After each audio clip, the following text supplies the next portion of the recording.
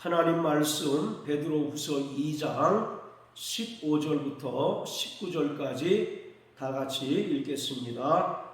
저희가 바른 길을 떠나 미혹하여 부올의 아들 발람의 길을 좇는도다. 그는 불의의 삭을 사랑하다가 자기의 불법을 인하여 책망을 받되 말 못하는 나귀가 사람의 소리로 말하여 이 선지자의 미친 것을 금지하였느니라. 이 사람들은 물 없는 샘이요 광풍에 밀려가는 안개니 저희를 위하여 캄캄한 어두움이 예비되어 있나니 저희가 허탄한 자랑의 말을 토하여 미혹한 데 행하는 사람들에게서 겨우 피한 자들을 음란으로서 육체의 정욕 중에서 유혹하여 저희에게 자유를 준다 하여도 자기는 멸망의 종들이니 누구든지 진자는 이긴 자의 종이 됨이니라. 아멘. 사도 베드로는 구약의 대표적인 거짓 선지자 발람을 예로 들면서 교회 내에 멸망케 할 이단들을 가만히 끌어들여 성도들을 유혹하고 또 믿음을 파선하게 하며 그리스도의 몸된 교회를 무너뜨리려는 거짓 선지자, 거짓 교사를 강하게 책망하고 있습니다. 그리고 구약의 발람 선지자가 하나님께 저주를 받아 칼로 죽임을 당한 것처럼 거짓 선지자, 거짓 교사들 또한 하나님의 진노의 심판을 당하여 캄캄한 어두운 구덩이에 갇히게 될 것을 분명하게 말하고 있습니다. 발람은 구약의 대표적인 거짓 선지자로서 부올이라고 하는 사람의 아들이고 백성을 멸망시키는 자라는 이름의 뜻을 가지고 있습니다. 이스라엘 백성들이 광야 생활을 하는 동안 모압 왕 발락으로부터 불의의 삭을 받아서 하나님의 백성을 저주하고 또 음행과 우상 숭배하게 만든 장본인입니다. 이러한 발람의 이야기가 베드로후서뿐만 아니라 유다서와 요한계시록 2장에도 언급되어 있는데 이것은 그만큼 초대교회 때에 거짓 선지자와 거짓 교사가 교회와 구원받은 성도들에게 큰 위협이 되고 있었음을 분명하게 보여주는 것입니다. 자, 유다서 1장을 보시겠습니다. 유다서 1장 11절 화 있을진저 이 사람들이여 가인의 길에 행하였으며 삭을 위하여 발람의 어그러진 길로 몰려갔으며 고라의 폐역을 조차 멸망을 받았도다. 거짓 선지자들이 가인의 길에 행하였다라고 말합니다. 가인의 길이라고 하는 것은 하나님께 드리는 제사를 만홀히 여기고 또 그 제사를 폐하는 것입니다. 창세기 4장에 보면 가인과 아벨이 하나님께 제사를 드렸는데 하나님께서는 아벨과 그 제물은 연락하셨지만 가인의 것은 연락하지 않으셨습니다. 이에 가인이 심히 분노하여 들에서 그 동생 아벨을 쳐 죽이게 되었습니다. 이처럼 거짓 선지자들은 하나님께 드리는 예배를 만홀히 여기고 또 모이기를 폐하는 자들이었다는 것입니다. 히브리서 10장에 보면 모이기를 폐하는 자들의 습관과 같이 하지 말라고 말씀하고 있는 것처럼 이러한 거짓 선지자들은 하나님께 영광을 드리는 예배를 무가치한 것으로 여기고 또 모임을 폐하는 자들이었습니다. 자, 그리고 두 번째, 거짓 선지자들은 삭슬 위하여 발람의 어그러진 길로 몰려갔다라고 말합니다. 발람 선지자가 모압 왕 발락으로부터 많은 물질을 받아서 하나님의 백성인 이스라엘을 저주하고 또 민수기 25장에 기록된 것처럼 이스라엘 백성들이 바알 부올에게 부속됨으로써 신전에 있는 창기들과 음행하게 하고 또 우상 숭배하게 함으로 말미암아 많은 이들이 죽임을 당하게 하였습니다. 자, 민수기 25장을 다 같이 보시겠습니다. 민수기 25장, 자, 1절부터 9절까지입니다. 이스라엘이 시딤에 머물러 있더니 그 백성이 모압 여자들과 음행하기를 시작하니라. 그 여자들이 그 신들에게 제사할 때에 백성을 청하매 백성이 먹고 그들의 신들에게 절함으로 이스라엘이 바알 부올에게 부속된지라. 여호와께서 이스라엘에게 진노하시니라. 여호와께서 모세에게 이르시되 백성의 두령들을 잡아 태양을 향하여 여호와 앞에 목매어 달라. 그리하면 여호와의 진노가 이스라엘에게서 떠나리라. 모세가 이스라엘 사사들에게 이르되 너희는 각기 관할하는 자 중에 바알 부올에게 부속한 사람들을 죽이라 하니라. 이스라엘 자손의 온 회중이 회막문에서 울 때에 이스라엘 자손 한 사람이 모세와 온 회중의 목전에 미디안 한 여인을 데리고 그 형제에게 온지라.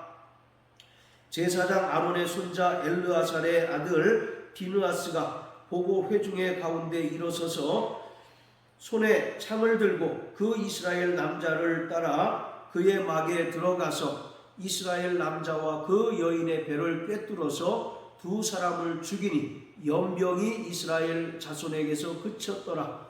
그 연병으로 죽은 자가 24,000명이었더라. 이스라엘 백성들이 시딤이라고 하는 곳에서 바알 부올에게 부속되었습니다.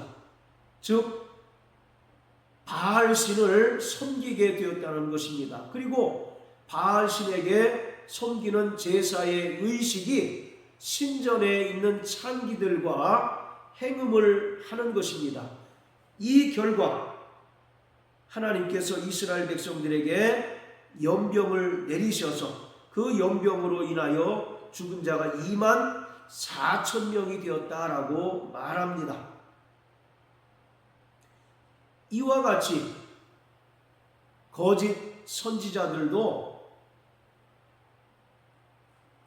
구원받은 성도들에게 잘못된 가르침으로 인하여 이스라엘 백성들이 하나님께 범죄한 것처럼 그들이 다시 육체의 정욕에 끌려 살게 되고 죄의 종노릇하게 만들었다는 것을 말하고 있습니다. 자, 그리고 세 번째는 고라의 패역을 받아 멸망을 받았다. 고라라고 하는 사람은 광야에서 모세를 대적하다가 하나님의 저주를 받아 땅에 삼키움을 받은 자입니다. 모세를 대적했다는 것은 결국 모세를 세우신 하나님을 대적하는 것이기 때문에 반드시 멸망당할 수밖에 없습니다. 마찬가지로 거짓 선지자들이 그리스도의 몸된 교회를 무너뜨리려 하는 이것은 예수 그리스도를 대적하는 것이요 결국 하나님 아버지의 뜻을 거스리는 것이기 때문에 하나님께서는 이러한 자들을 용서치 않으시고 심판하시고 멸망케 하신다는 것을 말하고 있습니다. 자, 또 계시록 2장 14절입니다. 그러나 내게 두어 가지 책망할 것이 있나니 거기 내게 발람의 교훈을 지키는 자들이 있도다. 발람이 발락을 가르쳐 이스라엘 앞에 올무를 놓아 우상의 제물을 먹게 하였고 또 행음하게 하였느니라. 이것은 앞서 읽은 민수기 25장의 내용을 말하고 있는 것입니다. 이스라엘 백성들이 발람 선지자의 거짓된 교훈을 받아서 시딤이라고 하는 곳에서 바알신을 섬기고 또 신전에 있는 창기와 행음을 하다가 하나님께서 내리신 연병으로 인하여 24,000명이 죽은 사건을 말하고 있습니다. 이처럼 거짓 선지자들은 철저하게 가인의 길을 행하였고 또 발람의 어그러진 길로 몰려갔고 고라의 길을 행함으로 인하여 결국 멸망을 당하게 되었다라고 말하고 있습니다. 자, 베드로후서 2장 15절에 보면 저희가 바른 길을 떠나 미혹하여 라고 말합니다. 그들은 이미 진리에서 떠난 자들이고 진리에서 돌이켜 미혹된 자들이라는 것입니다. 데살로니가후서 2장에 기록한 것처럼 하나님께서는 축복을 역사하시는 분이십니다. 그리고 또 하나님께서는 유혹을 역사하시는 분이기도 합니다. 진리를 믿지 않고 허탄한 이야기를 쫓고 또 진리에서 돌이켜 자기 사욕을 좇을 스승을 많이 두는 자들에게 하나님께서는 유혹을 역사하게 하셔서 진리를 믿지 못하고 허탄한 이야기를 더욱더 쫓게 만들므로 말미암아 결국 심판을 받게 하십니다. 따라서 이러한 거짓 선지자들은 이미 인맞은 자요 또 이미 미혹된 자들로서 하나님의 준엄한 심판만이 이들을 기다릴 뿐이라는 사실을 우리는 분명히 알아야 합니다. 자, 그리고 16절에 보면 자기의 불법을 인하여 책망을 받되 말 못하는 나귀가 사람의 소리로 말하여 이 선지자의 미친 것을 금지하였다. 민수기 22장에 보면 여호와의 사자가 칼을 들고 발람 선지자를 죽이려 하였습니다. 이때 나귀가 여호와의 사자에게 3번 간청하고 빌므로 겨우 이 발람 선지자가 죽임을 당하지 않게 되었던 것을 말하고 있습니다. 이처럼 탐욕으로 인하여 그 영안이 다친 자들은 차라리 짐승만도 못하다는 이야기를 하고 싶은 것입니다. 육체의 정욕대로 살게 되면 그 영안이 다치고 그 귀가 막히게 됩니다. 그러므로 하나님께서 보여주시는 그 영광을 볼 수 없고 성령의 교회들에게 하시는 그 말씀을 들을 수 없는 상태에 이르게 됩니다. 이런 상태에 이르게 되면 이미 영적으로는 중병에 드는 상태입니다. 그리고 이러한 자들이 더욱더 미혹되어서 진리를 좇지 않고 오히려 허탄한 이야기를 쫓음으로 말미암아 하나님께서는 이러한 자들에게 유혹을 역사하셔서 결국 심판을 받게 한다는 사실을 우리는 분명히 알아야 합니다. 주님은 우리의 목자이시고 우리는 주님의 기르시는 양입니다. 양이 목자의 음성을 듣지 못하면 그 양은 반드시 사나운 늑대나 이리에게 잡혀 먹힐 수밖에 없는 것처럼 구원받은 성도들이 육체의 정욕과 또 물질의 탐욕으로 인하여 그 영안이 막히고 그 귀가 막혀서 도무지 주님이 보여주시는 것을 보지 못하고 주님이 들려주시는 것을 듣지 못할 때 이러한 자들은 거짓 선지자들의 공교하게 만든 그 거짓된 가르침을 쫓을 수밖에 없고 함께 멸망당할 수밖에 없는 것입니다. 17절에 보면 이 사람들은 물 없는 샘이요 광풍에 밀려가는 안개라고 말합니다.